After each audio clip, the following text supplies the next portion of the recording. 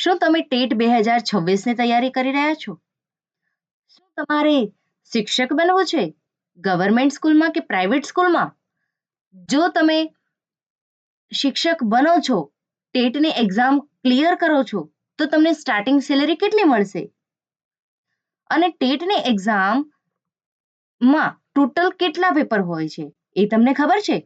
તો મિત્રો, આજે દરેક વસ્તુ જાણીશું કે ટેટ 2026 જે અપકમિંગ જે પ્રિલિમ્સ એક્ઝામ આવવાની છે, સેકન્ડરી અને હાયર સેકન્ડરી, આ બંને એક્ઝામ માટે કેટલા પેપર હોય છે, કેટલા માર્ક્સ હોય છે, કેટલા ક્વેશ્ચન હોય છે, તો આ તમામે તમામ ઇન્ફોર્મેશન આજે આપણા વિડીયોમાં જાણીશું. તો વિડીયો અંત સુધી જરૂરથી જોજો. ટેટ એસ પ્રિલિમ્સની એક્ઝામ તમારે 26 એપ્રિલ 2026 ના રોજ લેવાની છે. ટેટ એચએસ એટલે કે હાયર સેકન્ડરીની એક્ઝામ તમારે 29 માર્ચ 2026 ના રોજ લેવાની છે.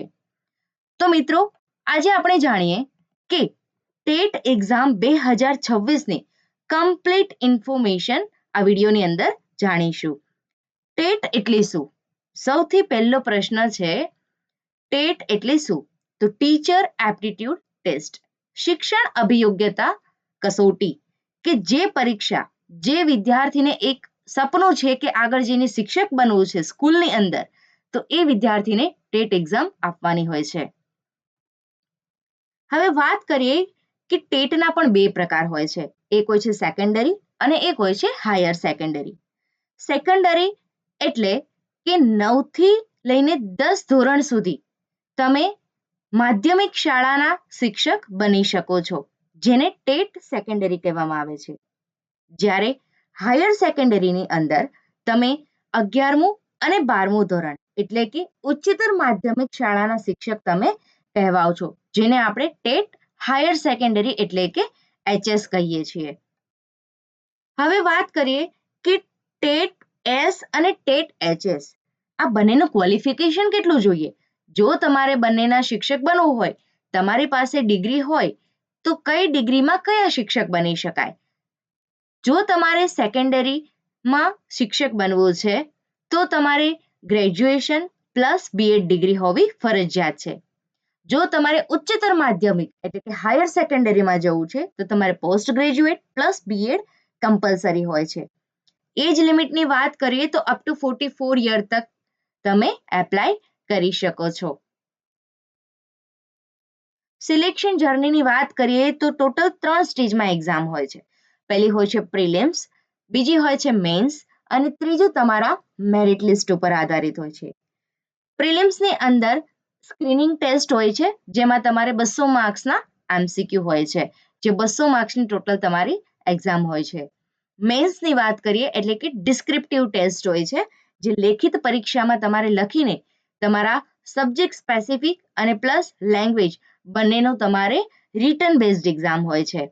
મેરિટ લિસ્ટ કે જેનું સૌથી વધારે હાઈએસ્ટ મેરિટ હોય એ વ્યક્તિનું સિલેક્શન થતું હોય છે. પ્રિલિમ્સ પેટર્નની અંદર ટોટલ તમારે 200 માર્ક્સનું પેપર હોય છે, જેની અંદર પેપર 1 અને પેપર 2 હોય છે. પેપર 1 ની અંદર તમારે GK, psychology, teaching aptitude, reasoning જેવા તમામ સબ્જેક્ટ જે જનરલ કોમન છે ઓલ ઓવર સ્ટુડન્ટ્સ માટે, એના માટે 100 એમસીક્યુ હોય છે, જે 100 માર્ક્સ એટલે કે એક એમસીક્યુ 1 માર્કનો, એવા ટોટલ 100 એમસીક્યુ હોય છે 100 માર્ક્સના. પેપર 2 તમારા સબ્જેક્ટ રિલેટેડ હોય છે. તમે જે પણ કર્યું હોય છે, કોમર્સ, આર્ટ્સ, સાયન્સ, જે બી સ્ટ્રીમ તમારું સ્પેશિયલાઇઝેશન હોય, ગ્રેજ્યુએશન અને પોસ્ટ ગ્રેજ્યુએશનનો, એના બેઝ ઉપર તમારે માર્ક્સ 100 માર્ક્સનું પેપર હોય છે.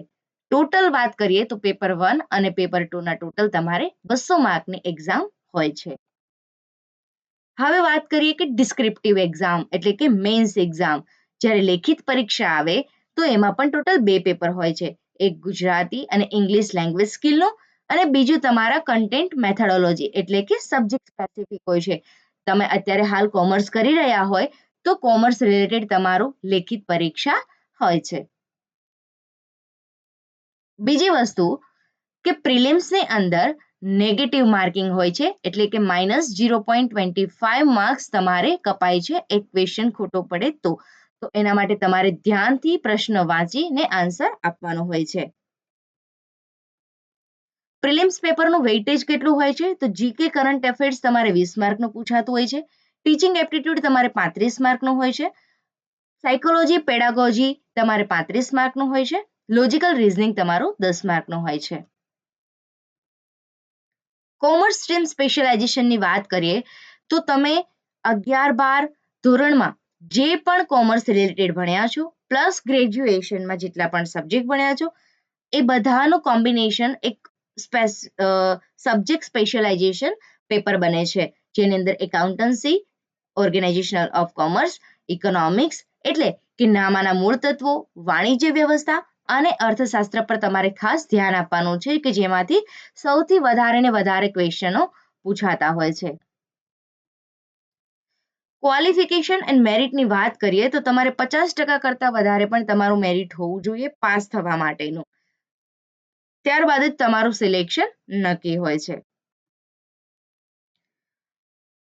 આપણે બધી વસ્તુ તો જાણી લીધી, પણ પ્રિપેરેશન કેવી રીતે કરવી? તો ઘણા વિદ્યાર્થીઓ પૂછે છે કે મેડમ પ્રિપેરેશન કેવી રીતે કરવી? તો સૌથી પહેલા તો એસસીઆરટી અને જીસીઆરટી ટેક્સ્ટ બુક એટલે કે એનસીઆરટી અને જીસીઆરટીની ટેક્સ્ટ બુક તમારે 9 થી 12 સુધીની લેવાની હોય છે, જેની અંદર તમારે સબ્જેક્ટ કન્ટેન્ટ રેડી કરવાનો હોય છે. પ્લસ તમે ડેઈલી મોક ટેસ્ટ લગાવો એટલે કે એમસીક્યુ. હું હવે નેક્સ્ટ આવનાર તમામ વિડીયો એમસીક્યુ તમારા માટે લાવીશ કે જે પેપર 1 અને પેપર 2 બંને માટે હેલ્પફુલ હશે. તો તમે ડેઈલી એમસીક્યુની પ્રેક્ટિસ કરીને રિવિઝન કરી શકો છો. પ્લસ તમને એ પણ ખ્યાલ આવે છે કે એક એમસીક્યુ હોય છે એની અંદર 4 ઓપ્શન હોય છે, તો 4 એમસીક્યુ મતલબ તમારે એ ઓપ્શનને કઈ રીતે શોર્ટલિસ્ટ કરીને સાચો આન્સર આપો એ પણ હું તમને શીખવાડીશ આવનાર વિડીયોની અંદર. તો એનાથી તમને થશે કે આપણે એક્ઝામમાં કઈ રીતે ક્લિયર કરવું, દરેક ક્વેશ્ચન સોલ્વ કઈ રીતે કરવું. ત્રીજી વસ્તુ છે કે રાઇટિંગ પ્રેક્ટિસ, કે જ્યારે તમે અત્યારે પ્રિલિમ્સની તૈયારી કરી રહ્યા છો, તમારી પાસે સમય છે તો તમે નોટ્સ બુક્સ બનાવો. નોટબુક્સની અંદર તમે શોર્ટ કીવર્ડ્સ વાળા બનાવો ક્વેશ્ચન કે જેથી તમને મેન્સની અંદર હેલ્પફુલ થશે. તો રાઇટિંગ પ્રેક્ટિસ પણ જરૂરી છે. જો તમે અત્યારથી પ્રેક્ટિસ શરૂ કરી દેશો તો આવનાર ટાઈમમાં જ્યારે લેખિત પરીક્ષા આવશે ત્યારે તમારા અક્ષર એકદમ સુંદર અને પેપર રાઇટિંગ પણ ખૂબ જ સરસ રહેશે. તો આ 3 સ્ટ્રેટેજીથી તમે તમારી એક્ઝામને સફળ બનાવી શકો છો. એક શિક્ષક એ બહુ સારો વ્યક્તિ હોય છે.